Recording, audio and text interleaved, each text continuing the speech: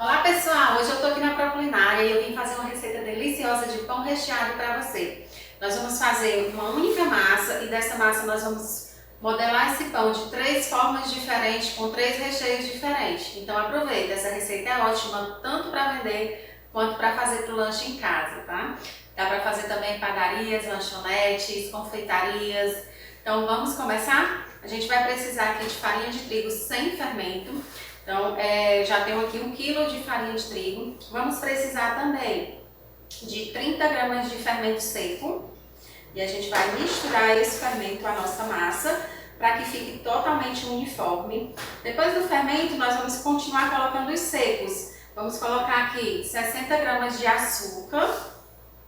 O açúcar pode ser tanto cristal quanto açúcar refinado.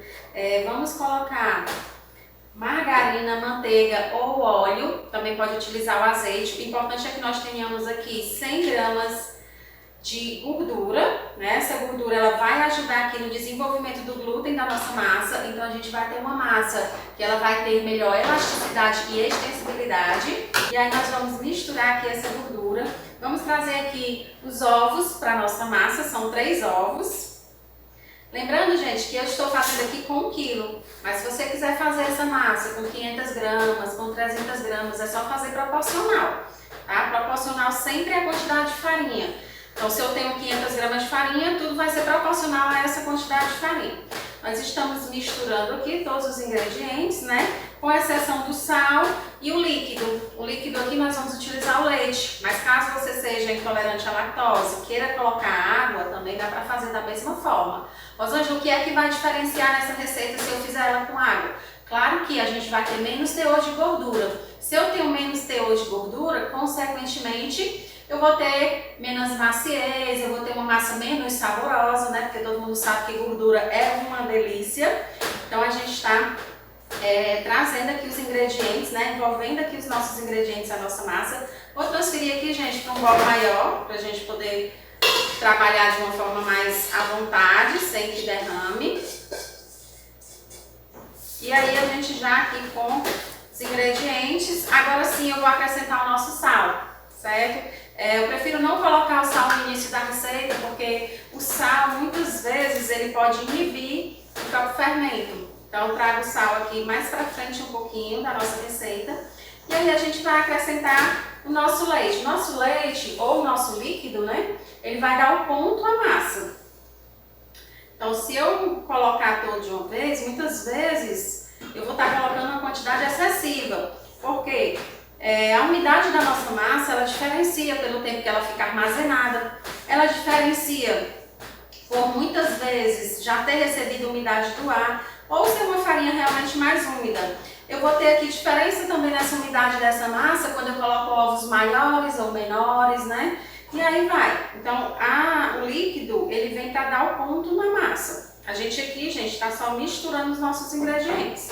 Logo depois a gente vai sovar essa massa. Então, a gente nunca coloca o líquido todo de uma vez. A gente vai colocar aqui o leite ou a água aos poucos, até que a gente vai dar o ponto nessa massa.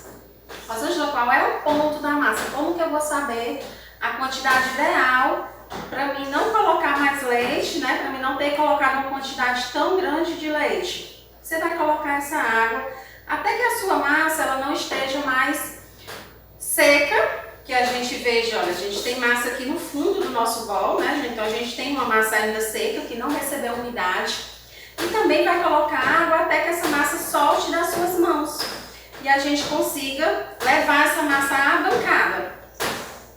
Se eu for trabalhar com essa massa e eu colocar muito líquido, o que é que eu faço, né? No momento que você colocou muito líquido, consequentemente você vai querer colocar mais farinha. E aí o que é que vai acontecer? Quando você coloca mais farinha, você vai desequilibrar essa massa. Você vai desequilibrar a formulação dessa massa. Se eu coloquei mais farinha, consequentemente eu vou precisar mais de quê? De todos os ingredientes, porque todos os ingredientes são proporcional à quantidade de farinha. Claro que se for uma quantidade muito pequena, não vai alterar tanto o resultado da sua massa.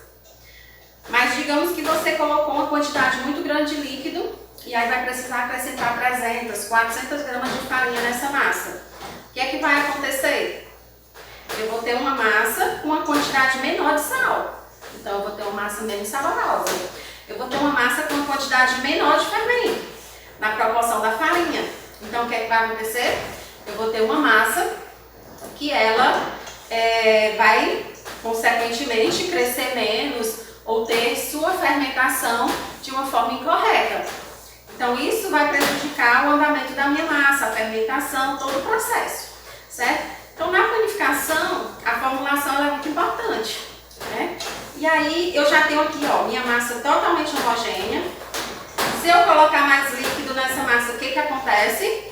Eu não vou conseguir desgrudar ela das minhas mãos. Então, eu não tenho mais necessidade de colocar líquido. A gente vai levar essa massa à bancada. Vou pegar mais um pouquinho de farinha para a gente poder sovar essa massa na bancada. Então, ó, eu costumo dizer que aqui a gente já tem a forma limpa do bol. Essa é a hora da gente transferir a nossa massa para a nossa bancada. Homogeneizei todos os ingredientes. Meu bol não tem mais farinha, não tem mais ingrediente aqui no fundo do bol. E agora eu já posso trazer para a bancada para a gente começar a sovar essa massa. Se você sentir que essa massa ela está grudando na sua bancada, aí é o momento da gente colocar mais farinha ou óleo. Se você não quiser salvar com farinha, você também pode estar salvando com óleo. E aí a gente vai fazer esse procedimento aqui de sovar a massa até que a gente ganhe aqui elasticidade. Se eu mostrar essa massa agora para vocês, a gente tem uma massa aqui que eu puxo e o que que acontece? Ela rasga com facilidade, ela está totalmente enrugada. Então, o que que a gente vai fazer? A gente vai sovar até que essa massa fique uma massa lisa e com elasticidade, para que a gente possa sim modelar os nossos pães, tá? Prontinha, gente. Depois de 10 minutos soltando essa massa, a gente percebe que ela está bem mais lisa e também está mais elástica. Então, chegou a hora da gente modelar os nossos pães. Nós vamos dividir essa massa com pesos de aproximadamente 600 gramas. Ela vai dar aqui 1,780 kg, 1,8 kg e um pouquinho, aproximadamente isso. Então, a gente vai dividir essa massa em pedaços de aproximadamente 600 gramas,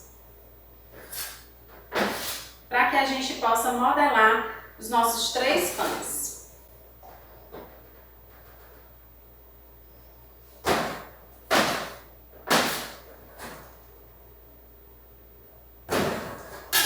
Então a gente tem aqui a massa dividida em 3, né? Se você quiser também fazer pesos exatos, que seria o ideal, pesa a massa, divide por 3 e aí você tem a quantidade que você vai utilizar. A gente vai deixar aqui uma bolinha, na verdade 3 bolinhas, para que essas massas possam descansar um pouquinho. Em torno de 10 minutinhos, só o tempo dela relaxar, né, do processo de sova. E aí a gente vai abrir essa massa para poder modelar. A gente nunca deixa a massa descansar sem estar coberta, porque ela vai ressecar, isso vai atrapalhar o nosso processo de formação da nossa rede de glúten, que é o que vai ajudar no nosso processo de fermentação, né? Para que a gente tenha uma fermentação correta. Então, vou passar o plástico filme aqui, né? E aí a gente vai deixar essa nossa massa descansar. Detalhe, o plástico filme ele sempre faz isso comigo. A gente tenta tirar e ele não deixa, né? Esse aqui tá até bonzinho hoje, mas a gente sempre tem esse problema. Então, eu vou passar o filme aqui nos nossos pães, a gente vai deixar ele relaxar um pouquinho. Enquanto isso, a gente vai dando uma organizada na nossa cozinha. Então, gente, já com a nossa massa descansada, já com os nossos recheios aqui, a gente vai começar a modelar os nossos pães. Então, vou precisar de um rolo, um pouco de farinha de trigo para a gente poder estar colocando na bancada, para a gente poder abrir essa massa. Vamos pegar uma das massas e aí a gente vai abrir essa massa de forma retangular. Eu tenho 3 recheios aqui, certo? Tem um recheio de frango, tem um recheio de carne do sol e tem um recheio pizza, que é queijo, presunto e orégano. Então, o que é que nós vamos fazer? Vou abrir aqui o nosso pãozinho. E aí nós vamos trabalhar com um pão recheado médio, né? Esse pão eu recomendo para que você trabalhe para vender em lanchonetes, para vender individualmente, né? Não fazer um pão tão grande, fazer um pão menor. E aí, se você quiser fazer, Rosângela, eu quero fazer um pão maior que esse para me vender por um preço mais alto, aí você vai trabalhar com pães com essa mesma receita, dividindo ela em duas. O próximo pão que a gente vai abrir, a próxima massa que a gente vai abrir, nós vamos fazer um pão com recheio de frango. Como que eu fiz esse recheio de frango, né? Eu separei o frango já cozido e desfiado.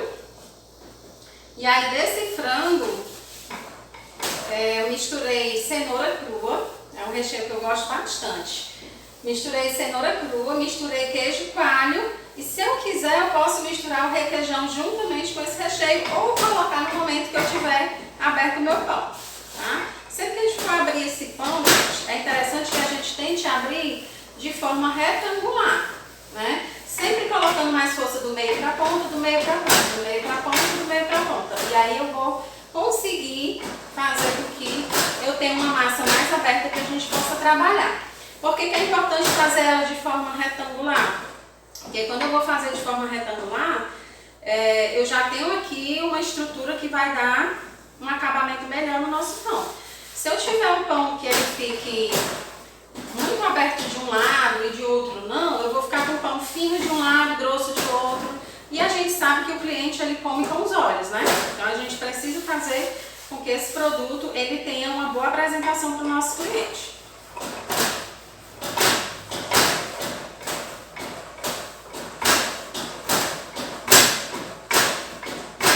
Massazinha aqui aberta, ó, fininha, não precisa ser uma massa muito grossa. Ela já está com fermentação bem legal. Já essa massa vai começar a fermentar, gente, e a gente vai pincelar para levá-la ao forno. Então, o que a gente vai fazer aqui, ó, novamente, o nosso creme X.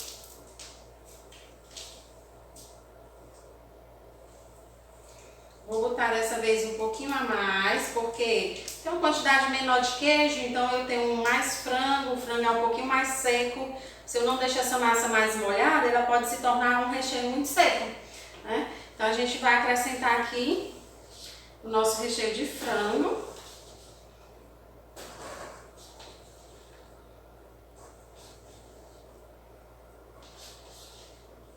E aí nós vamos fazer o nosso segundo pãozinho recheado.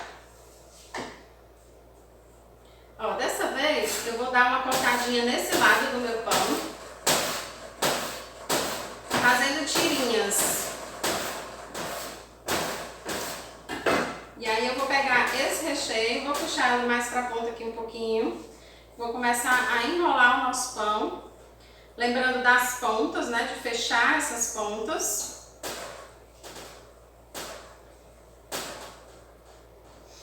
Fechando aqui as nossas pontas, lembro de selar aqui as minhas pontinhas que eu cortei.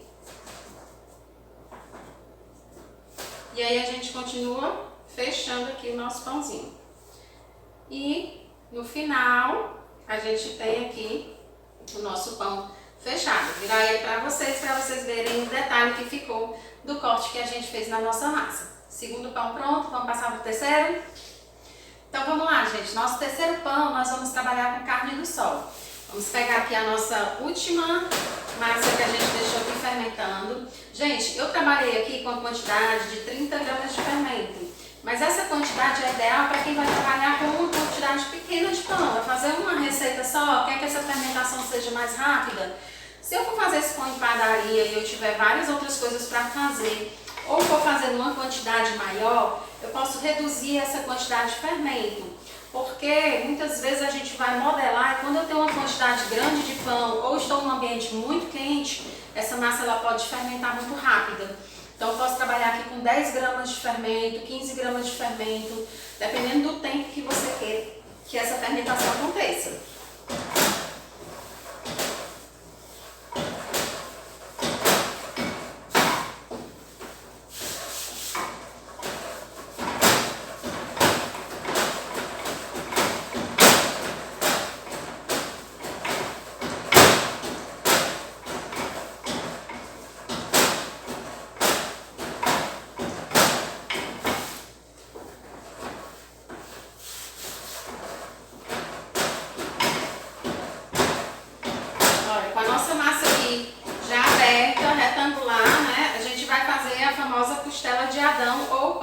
farina. Então a gente vai abrir, ela tá aqui retangular. Eu vou abrir essa massa, vou deixar um espaço e vou cortar tiras, né? Procurar cortar essas tiras de tamanhos iguais, para que ela fique legal na hora que a gente fez, fique com uma proporção legal. Posso cortar aqui também, gente, com uma carretilha de pizza, né? Se você não tiver aqui um cortador desse, pode utilizar uma carretilha de pizza para poder estar cortando aqui a sua massa. Então deixei pontas aqui dos dois lados, vou mais uma vez colocar aqui um requeijãozinho ou creme X na minha massa. Meu creme X está bem gelado. E aí a gente vai entrar agora com o terceiro recheio. Esse recheio aqui eu tenho carne do sol. Essa carne do sol ficou na panela de pressão por aproximadamente 40 minutos para ela desfiar rapidinho, tranquilo. E aí eu misturei aqui queijo coalho ralado, misturei cebola roxa ralada. Se você não quiser acrescentar cebola, né, de repente você acha que o seu público não é um público que gosta de cebola, pode fazer só com queijo coalho e a carne do sol. E se quiser também colocar azeitona, né, pode colocar, ou azeitona verde ou azeitona preta, fica muito bom. Geralmente esse recheio é chamado de recheio sertanejo, por ter carne do sol e queijo coalho. Então a gente fecha aqui as pontinhas primeiro, né? A primeira coisa que a gente faz é fechar as pontas para elas poderem ficar redondinhas no final. E aí a gente começa a entrançar. Às vezes essa massa, ela tá com farinha. Então se você não der uma molhadinha, ela não vai ficar, né? Eu particularmente eu gosto sempre de molhar para que esse pão ele não venha abrir quando ele fermentar e quando ele assar. Então, para que ele não fique abrindo, é interessante molhar. E às vezes também a farinha faz com que ele não pregue legal, né? Então vai acontecer esse processo de abrir, certo? E aí você vai entrançar esse pão, levando uma ponta para um lado, para o outro, para um lado, para o outro. Né? É interessante que a gente deixe um pouquinho do recheio aparecendo, né? Não tem necessidade de fechar totalmente, porque realmente ele fica bonitinho assim. Cheguei no meio, vamos para o outro lado. Para quê? Para a gente se encontrar lá no finalzinho tudo igual, certo? Vocês vão ver que com essas pontinhas molhadas, ele prega bem mais fácil, né?